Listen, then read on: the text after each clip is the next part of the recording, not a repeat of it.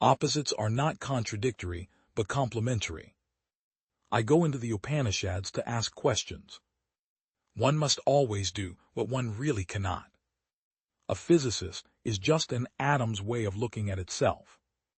There are some things so serious you have to laugh at them. If an idea does not appear bizarre, there is no hope for it.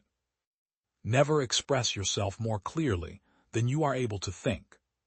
Prediction is very difficult, especially if it's about the future. Everything we call real is made of things that cannot be regarded as real. In the great drama of existence, we are audience and actors at the same time.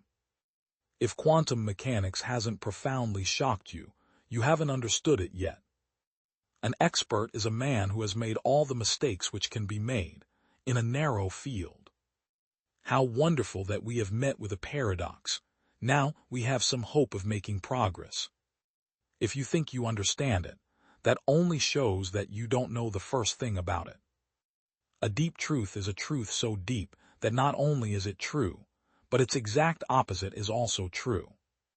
The meaning of life consists in the fact that it makes no sense to say that life has no meaning. We are trapped by language to such a degree that every attempt to formulate insight is a play on words. The best weapon of a dictatorship is secrecy, but the best weapon of a democracy should be the weapon of openness. Every valuable human being must be a radical and a rebel, for what he must aim at is to make things better than they are.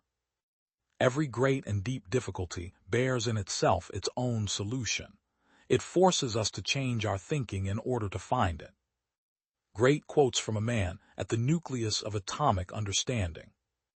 When we measure something, we are forcing an undetermined, undefined world to assume an experimental value.